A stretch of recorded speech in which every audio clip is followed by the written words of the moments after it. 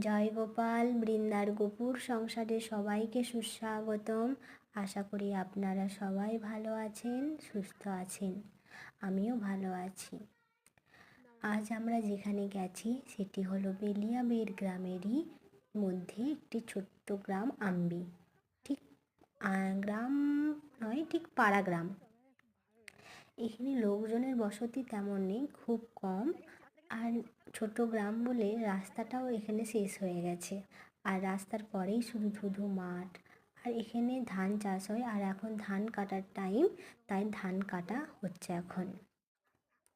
আর এখানে অনেক বড় বড় পুকুরও রয়েছে।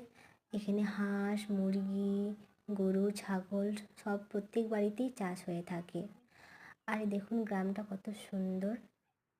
বেশি জনবসতি নেই, খুব কম কম, কিন্তু কি সুন্দর লাগছে।